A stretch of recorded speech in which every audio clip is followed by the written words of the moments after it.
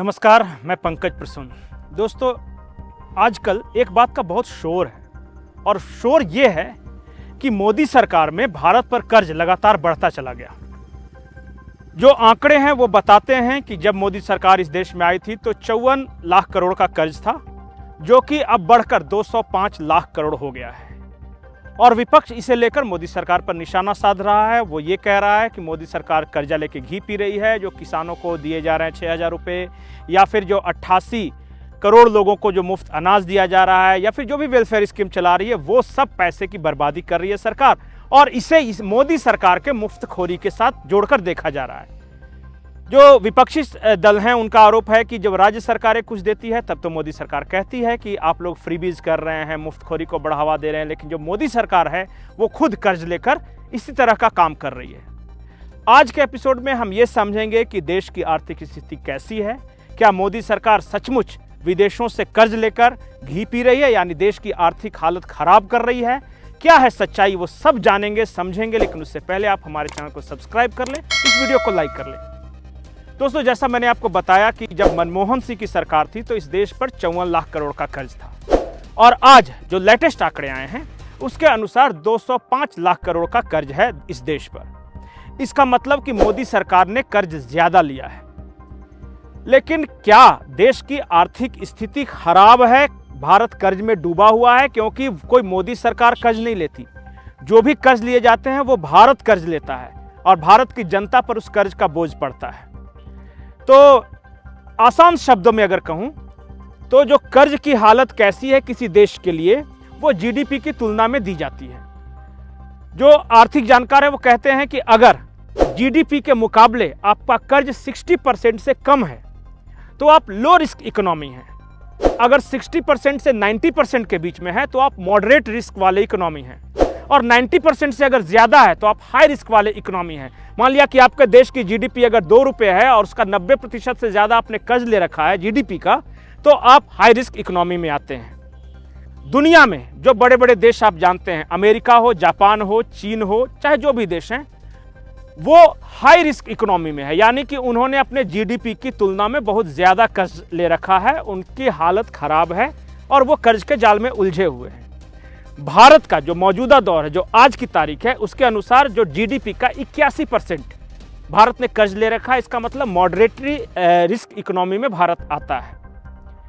इसमें एक बात और है कि आप जो कर्ज लेते हैं वो कर्ज खर्च कैसे करते हैं। 2 तरह के खर्चे सरकार करती है। एक खर्च करती है जैसे कि मुफ्त दे दिया, पेट्रोलियम सब्सिडी दे दी, गरीबों को अनाज दे दिया, या किसानों के खाते में 6,000 रुपये डाल दिए, या कुछ भी। ये सब वेलफेयर स्कीम्स जो है ना, ये ऑपरेटिंग कॉस्ट में आता है कि ऑपरेशनल चूंकि वो जन कल्याणकारी सरकार है तो ये काम तो करना है हर सरकार को। उसका रिटर्न कुछ नहीं है, वो पैसे लिए और उसने खर्च कर दिए। दूसरा जो होता है एक्सपेंडिचर, वो है कैपिटल एक्सपेंडिचर कहते हैं। जैसे आपने कर्ज लिया लेकिन उसको ऐसे जगह इन्वेस्ट किया जिससे आपकी आमदनी बढ़ेगी।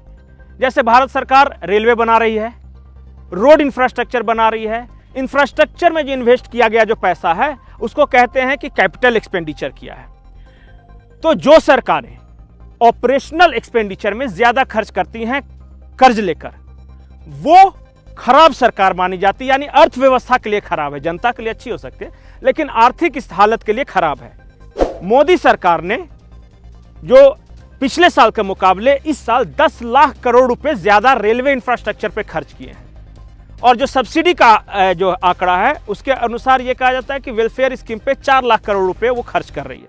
इसका मतलब यह है कि भारत सरकार वैसे क्षेत्रों में कर्जा लेकर पैसा लगा रही है जहां से रिटर्न ज्यादा आएगा, देश की अर्थव्यवस्था की हालत सुधरेगी, और उस तुलना में ऑपरेशनल जो खर्चा है वो कम है। तो इस मामले में कि भारत मॉडरेटली इकोनॉमी है, मॉडरेटरी रिस्क इकोनॉमी है, या फिर जो ऑपरेशनल कॉस्ट हैं वो कैपिटल एक्सपेंडिचर के मुकाबले अच्छे हैं।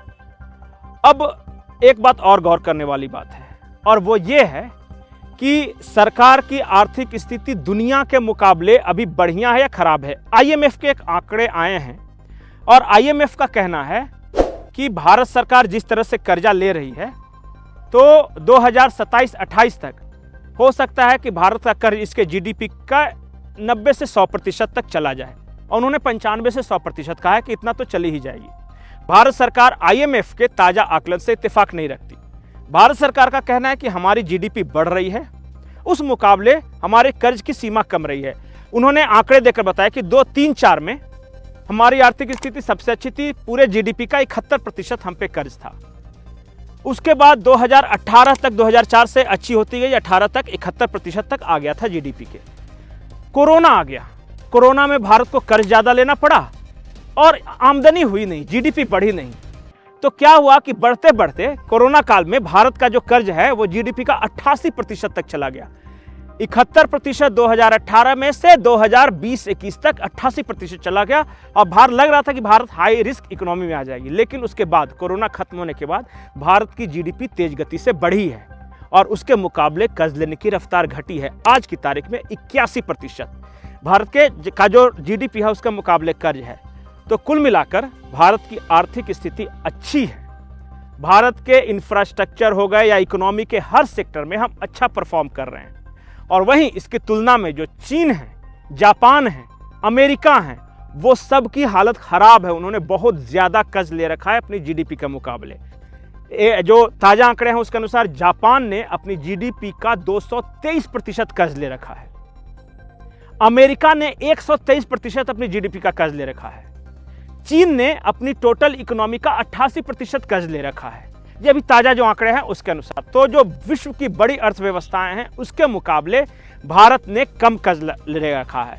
और आखिरी महत्वपूर्ण बात, भारत सरकार ने जो भी कर्ज लिया है वो दो तरह से कर्ज लेती है। एक तो घरेलू कर्ज होता है जो कि यहीं से उठाती है, और एक है कि दूसरे देशों से कर्ज। भारत सरकार ने जो भी कर्ज लिया है ज्यादातर कर्ज बॉन्ड की शक्ल में भारत से यानी रिजर्व बैंक से ही लिए गए हैं। वो 12 साल का बॉन्ड है, 23 साल का बॉन्ड है, यानी 12 साल के बाद सरकार को चुकाना है या 23 साल के बाद चुकाना है।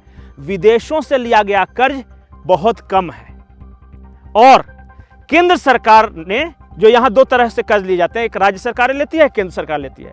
राज्य सरकारों का कर्ज 40 लाख करोड़ है, उसमें से 205 लाख करोड़ में से, और बाकी जो है वो केंद्र का है। पंजाब, तमिलनाडु जैसे राज्यों ने सबसे ज्यादा कर्ज ले रखा है और वो वेलफेयर स्कीम में सबसे ज्यादा खर्च कर रहे हैं। इसका मतलब कि कैपिटल एक्सपेंडिचर में खर्च नहीं है उनका वेलफेयर स्कीम में ज्यादा खर्च है। तो उन राज्यों की आर्थिक स्थिति कंपैरेटिवली ज्यादा खराब हो रही है या होने वाली है।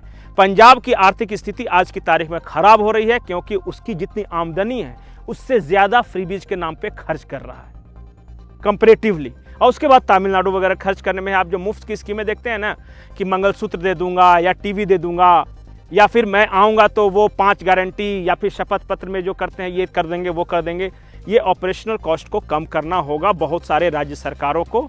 और जिन राज्यों को हम अपेक्षाकृत गरीब मानते हैं जैसे झारखंड जैसे राज्य हो गए, उन्होंने कम कर्ज लिया है ऑपरेशनल एक्सपेंडिचर के लिए। वो जो भी कर्ज ले रहे हैं वो कैपिटल एक्सपेंडिचर के लिए ले रहे हैं। इसका मतलब उनकी आर्थिक स्थिति ज़्यादा बेहतर है। तो उम्मीद है आसान शब्दों में आप समझ गए होंगे कि ये पूरा कर्ज का जाल मकड़ जाल क्या होता है, कैसे होता है। आप अपनी राय जरूर बताएं कमेंट बॉक्स में। नमस्कार।